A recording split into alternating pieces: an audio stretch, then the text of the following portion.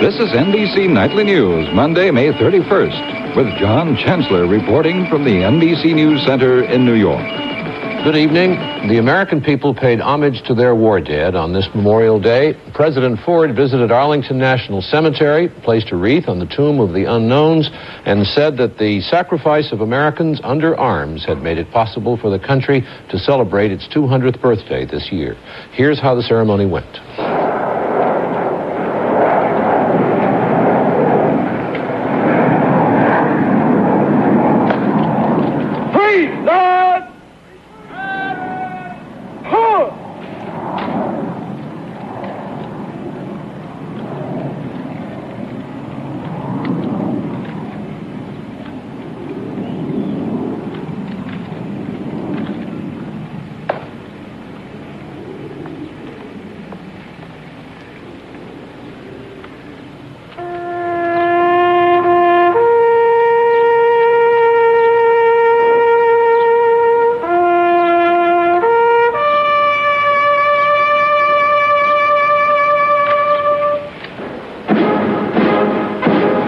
President Ford did not make a campaign speech, but he did remind the unusually large crowd of something he is proud of and often mentions while campaigning: the fact that we are not at war.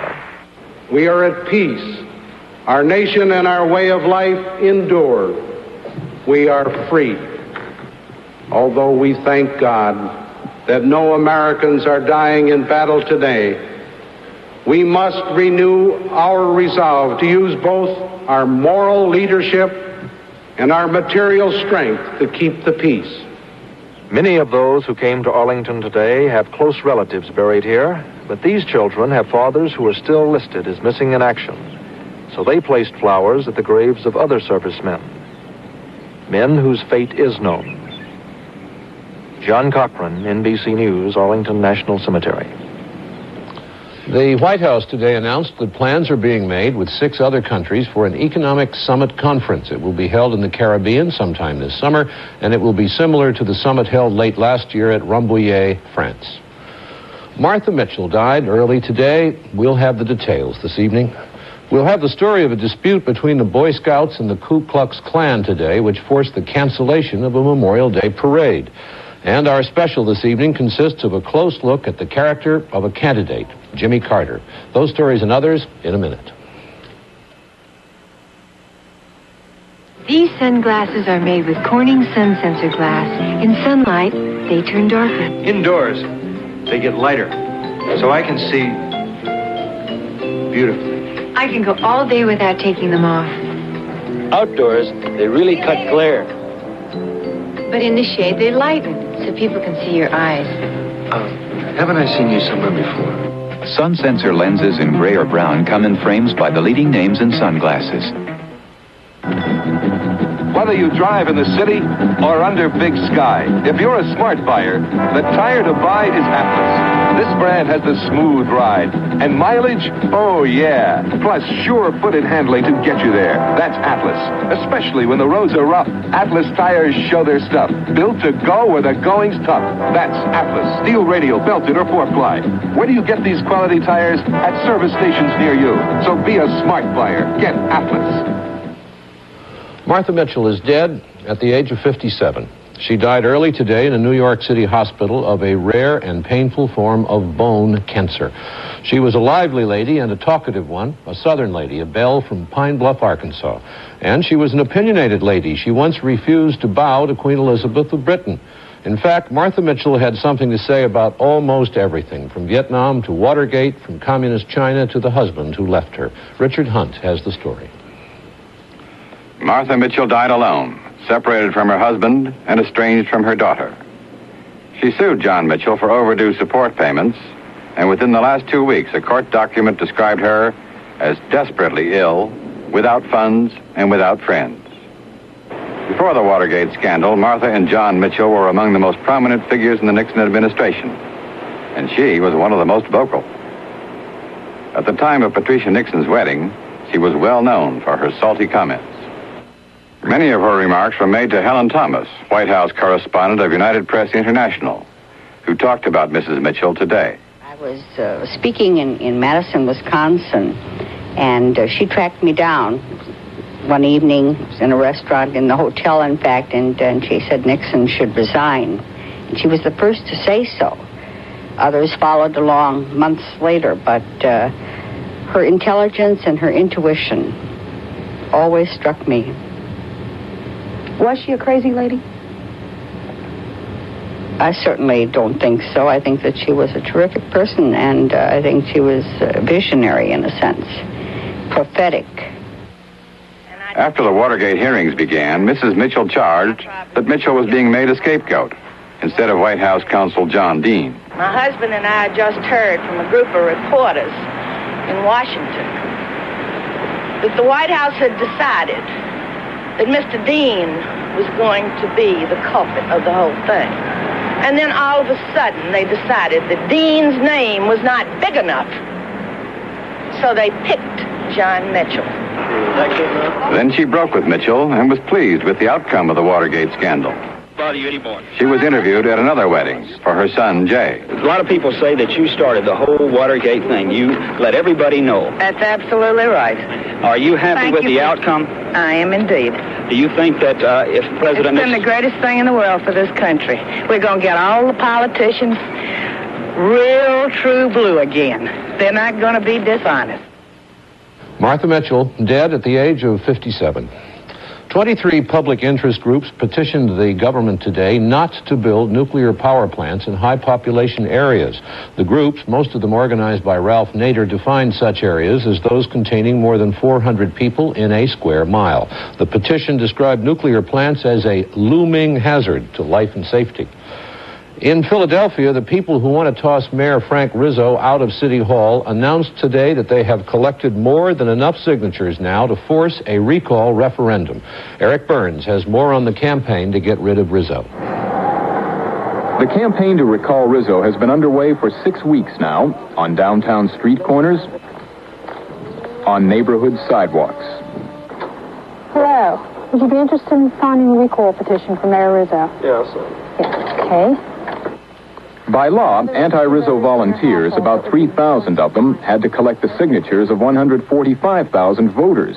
That's a quarter of all those who voted in last November's mayoral election. At a press conference today, the volunteers announced they've passed 145,000, but will keep going and try to get more than 200,000. Here is why.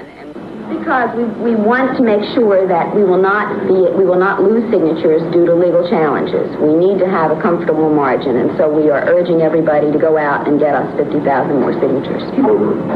If the petition withstands legal challenges, Rizzo will have two choices, either to resign, which is unlikely, or to submit to a referendum, probably this fall. If he's turned out of office in the referendum, a special mayoral election will be held, and Rizzo will not be eligible to run in it. Rizzo has been a controversial figure in Philadelphia ever since his days as police chief. He has always had strong supporters and bitter opponents. But the campaign to remove him as mayor came about because of three recent issues. His request for an increase in the property tax, there is an $80 million budget deficit to be made up. His decision to close Philadelphia General Hospital, which treats many of the city's poor. And his feud with a Philadelphia newspaper, The Inquirer. Rizzo refused to discuss the campaign against him with NBC News, but he told The Inquirer last week the campaign will never succeed. Eric Burns, NBC News, Philadelphia.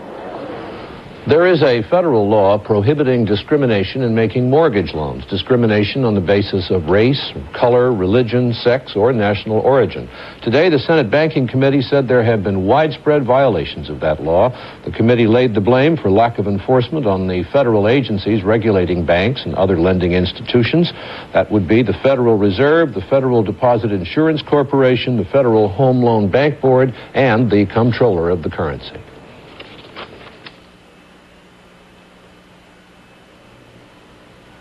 Wake up! Who, me?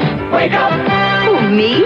America, our diet is too rich in saturated fats and cholesterol. Wake up to no cholesterol. Wake up to Morningstar Farms. Breakfast strips made from textured vegetable protein that sizzle up to taste like farm fresh bacon, but with no cholesterol, no animal fat. Make them a delicious part of your total dietary program. Wake up to no cholesterol. Wake Wake up to Morningstar Farms. More than 60 million people entrust their hard-earned savings to savings and loan associations, just like this one. These savings are invested right back into the community in the form of home loans. In fact, savings and loans make more home loans than all other financial institutions combined. Last year alone, they helped house over 4 million people. Savings and loans. Who needs them? We, the people, do. There was good Memorial Day weather in the east and in the west today, but in the middle of the country, things weren't so nice. 14 tornadoes were reported last night from Texas to Illinois. One person was killed in Oklahoma. And torrential rains, up to 10 inches in some places, swamped 2,000 homes in Tulsa. One man stepped in an open manhole and was drowned. And in California, a bad fire. In the Los Padres National Forest, more than 1,000 firefighters are trying to contain a fire, still out of control, which has so far burned 14,000 acres. The ground is tinder dry and the wind is gusting up to 40 miles an hour. Firemen think the fire was started by an untended campfire. Davie, Florida, which is near Fort Lauderdale, is a place with a Memorial Day problem. The problem involves about 500 Boy Scouts and Girl Scouts who wanted to march in today's Memorial Day parade, and a chapter of the Ku Klux Klan whose members also wanted to march. Fred Francis tells what happened. This year, Scout leaders decided they'd rather not march in the parade if they had to march with the Ku Klux Klan. The Klan called the Boy Scouts bigots and threatened to march alone. The Davie City Council decided to go ahead with Memorial Day services, but to stop the Klan from marching alone, the city canceled the parade. The Scouts understood their leader's decision. It was a disappointment, and I think that we're all God's children. It don't matter if we're black or white. We all have the same heart and everything, so we all should get along in the world. A few Klansmen did show up with a float which had on it a cross covered with aluminum foil. The police escorted them out of town. One Klan leader said the Klan was trying to change its image and was being discriminated against. Now, the Klan has been in Christmas floats before, and we're trying to make a new image, and they're not letting us. The news media. What kind of new image? That the Klansman can be your neighbor, he can be your businessman that you deal with, or anybody that you may be associated with. The president of the Boy Scouts said he wouldn't allow the Klan to gain respectability by using the Scouts. They should assume their public posture on the basis of what the KKK stands for, and not what the KKK or who they stand with. To avoid a confrontation like that next year, the Boy Scouts say they'll change the rules of the parade to exclude the Klan. And the Klan says they may take the Boy Scouts to court. Fred Francis, NBC News, Davie, Florida. In Boston, the police are looking for members of an anti-busing group which claims to have broken windows in downtown stores and set a fire in a local museum. 2 newspapers received phone calls from someone claiming to represent the South Boston Defense League. The caller said the damage represented a protest against Attorney General Levy's decision not to go along with a challenge to school busing in Boston.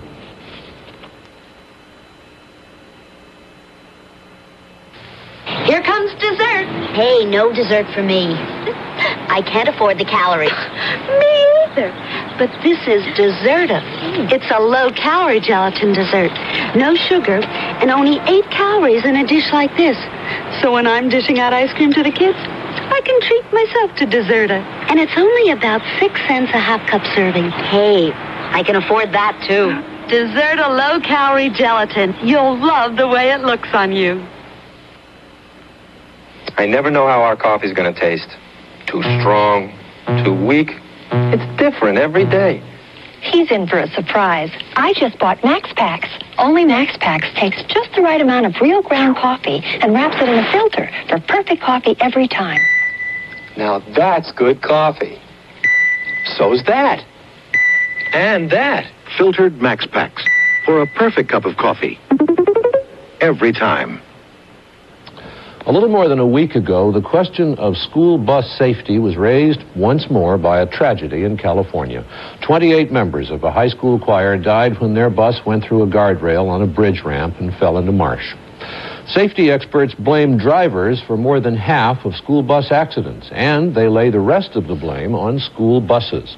Dave Riggs reports on what's being done to improve conditions. This is a training program for new bus drivers in California.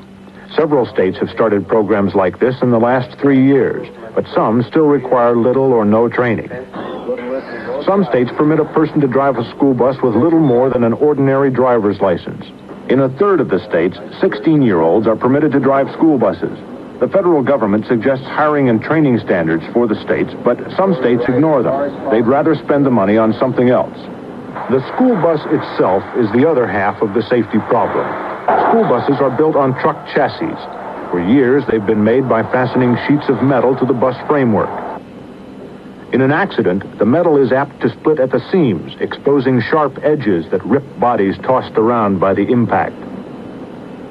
Bus seats also offer hazards. The seat back frames have been made of exposed metal pipe, cheap and dangerous, and they cause many of the 4,500 injuries reported each year. Tough new federal manufacturing regulations, effective this fall, are intended to help eliminate such dangers. They require sturdier bodies, stronger seams, and padded seat backs. The penalties that we put in the law are such that no one is going to try to get around the set of standards once it goes into effect. The cost of buses, like everything else, has been driven up by inflation. Building added safety into buses increases the cost. And since most school systems buy from the lowest bidder, some may not be willing to pay the increased cost of added safety features.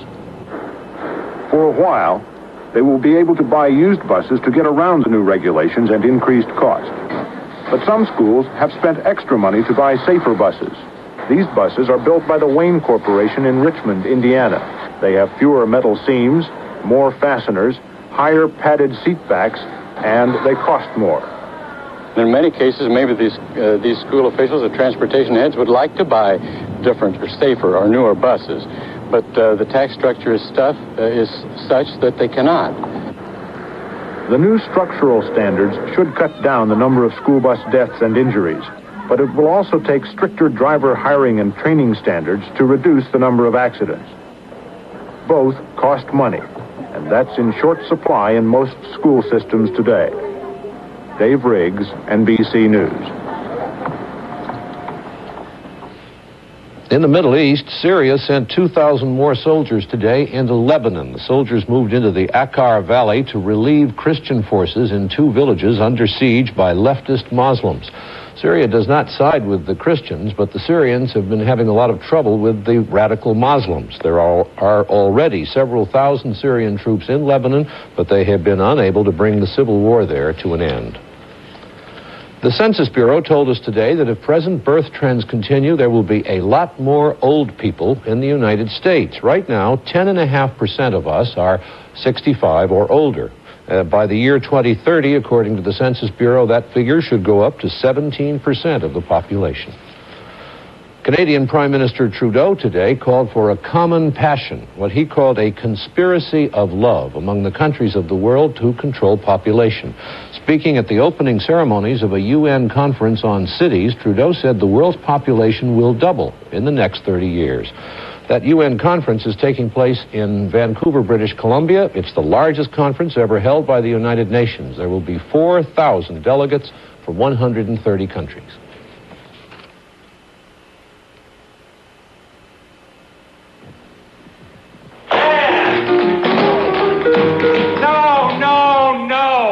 Tomorrow, maybe I got a hit. Today, I got acid indigestion. Acid indigestion and gas. Try my Digel, Mr. Davis. It's really different. The Digel difference. Anti-gas medicine that Digel adds to its soothing antacids. Some difference.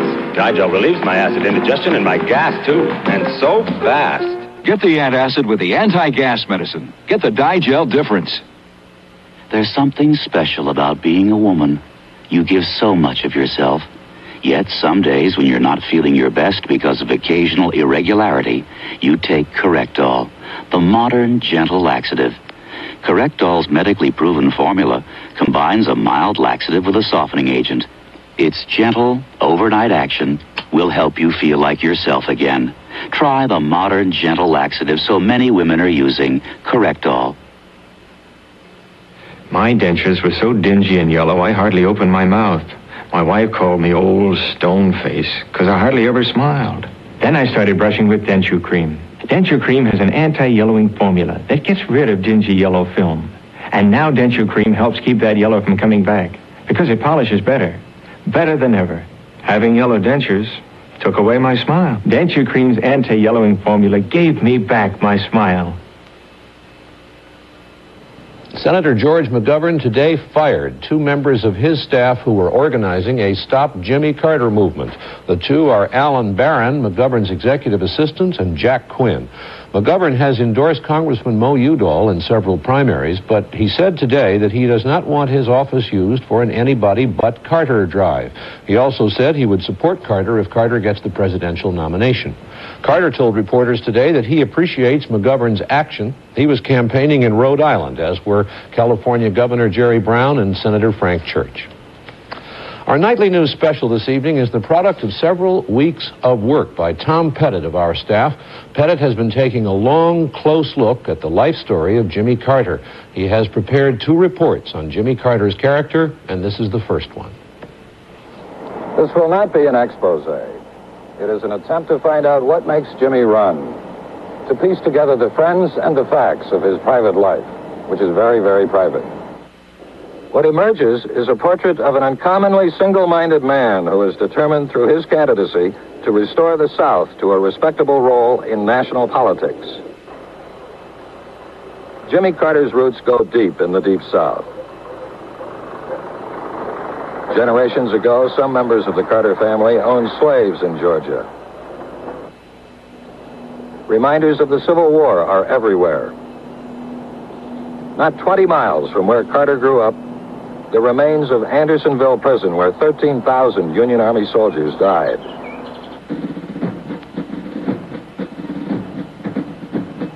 Jimmy Carter could not escape the Southern legends about honor, pride, guilt, and patriotism. The Naval Academy at Annapolis, where Jimmy Carter graduated in 1946. He had to overcome physical obstacles to get here, like flat feet, which he cured by rolling them on soft drink bottles. There's a funny thing about that. His feet were too flat, and he had to roll the Coca-Cola bottle for months and months and months. And he was not quite tall enough, and he did everything to stretch himself. He ate bananas to gain a little weight. Isn't that great? That you have to eat something. He wasn't strong, he wasn't tall enough, and he wasn't heavy enough. And he really put the weight on, and he got a little bit taller, and he cured his feet. So that's the way he's always done. When he makes up his mind to do anything, he's going to do it. As a midshipman, Carter missed out on combat in World War II. But as a Southerner, he was subjected to hazing by upperclassmen who wanted him to sing Marching Through Georgia, a Union Army song. But Carter would not betray the South, even though his stubborn refusal to sing brought him paddling, push-ups, and extra turns on the obstacle course. Carter's official Navy records show an unblemished career after Annapolis. He burned with ambition to become Chief of Naval Operations, the highest rank in the Navy. Now he just wants to be Commander-in-Chief. Everything in Carter's background indicates he is a man driven by a lifelong ambition to be somebody. And more than that, to be a Southern somebody. Early in school, he got A's in almost every course. 1941 at Georgia Southwestern College, he got all A's and B's except for a C in geometry. 1942, Georgia Tech, good grades, but for a C in Spanish and a D in math. At the Naval Academy, he ranked high in his class. Carter has enormous drive. Some people who know him well say he is virtually a workaholic. Charles Curbo, his closest friend and political mentor. He works hard, and he sits down and plans what he's going to do, and he tries to stay with his plan, and he just works at it harder than other people. Of course, he's a very talented fellow. There's a missionary zeal about Carter. He just goes in wherever he goes, to black people, white people, or Italians, or any other kind. And he has no fear that he won't like them and that that they won't like him. Genuine missionary zeal is a part of Carter's character, an important part. He has done missionary service for the Southern Baptist Church. 1968, he went on a mission to Springfield, Massachusetts to campaign for Christ among Puerto Ricans. You know, when you knock on the door of a person and tell them who you are, you're Baptist, Southern Baptist, something like this, people are ready to close the door. But Jimmy Carter, with his smile and with his kind approach, was always able sort of to keep the conversation and to establish a bridge and to continue that conversation. Later, when he was governor, Carter had a profound religious experience in Lock Haven, Pennsylvania, while starting a new church there. The church later failed. Carter does not like failure. I never have seen him discourteous or hurt people and reprimanding them or use bad language or anything of that sort. I've seen him fire people, and he doesn't mind firing someone if they don't do the work. If they can't do the job, well, he calls them in and very gently tells them that they are finished. Curbo said Carter is both tough and determined. He is seemingly dominated by one goal, getting ahead, and also proving that a Southerner can earn national respectability. Tom Pettit, NBC News in Plains, Georgia. That's the first of Pettit's reports on Carter. In the second, we'll see what Pettit learned about Carter's teeth. Carter's barber. She's incidentally a former Playboy bunny and his former TV coach. We hope to bring you that tomorrow evening. Until then, good night for NBC News. I'm in show business all my life, and I got a cat that flunks out of dancing school. Well, as long as he eats good. He loves the taste of new tabby. It smells good, it looks good because it's made a new way. And those juicy dice bits are packed with protein. Look, maybe he'll never cha-cha-cha, or at least he knows where his next good meal is coming from, which is more than I know. Introducing new Dice Tabby Cats Love It by George. It's a little bit better day, America, since Mr. Coffee came along. Mr. Coffee found the way to precisely control water temperature and brewing time so you get a better cup of coffee, America. You make coffee better than coffee was, and it's only because Mr. Coffee came along. There's only one Mr. Coffee.